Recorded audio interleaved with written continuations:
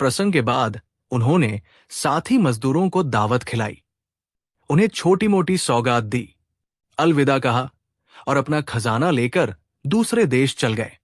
इस नए शहर में उन्होंने अपने लिए एक हवेली खरीदी, शहर के लोगों जैसे कपड़े बनवाए, गवार भाषा बोली छोड़कर शहर के रीति रिवाज और भाषा सीखने के लिए मास्टर रख लिए। शहरी आबादी में शामिल होने के लिए उन्होंने अपने नाम तक बदल डाले। किसान को बापू की जगह पिताजी कहने लगे। अब उनकी शामें नाटक और नाच घर में कटने लगी। अब यदि उनके गांव के लोग भी उन्हें देखते तो कदापि पहचान न पाते।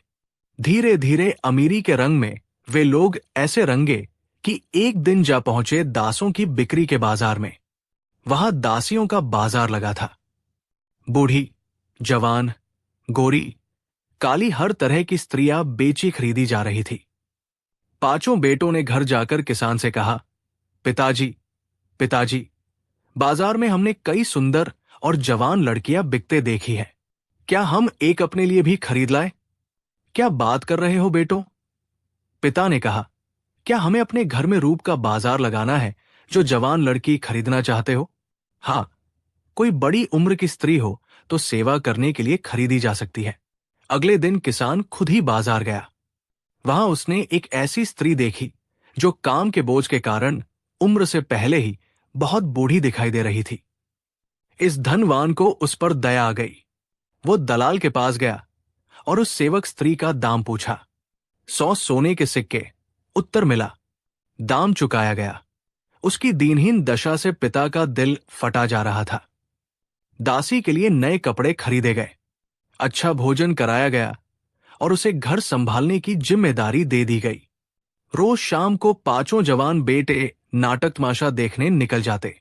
नई आई दासी जब भी उन 5 लड़कों को साथ देखती तो गहरी सांस भरती और उसकी आंखें आंसू बहाने लगती थी। एक दिन पिता कुर्सी पर बैठा किताब पढ़ रहा था। बेटों के जाने के बाद स्त्री दरवाजा बंद करके आंखें पोंछती वापस घर में आई तो धनवान ने सामने की खुली किताब बंद कर दी और दासी से पूछा, तुम मेरे बेटों को देखकर रोती क्यों?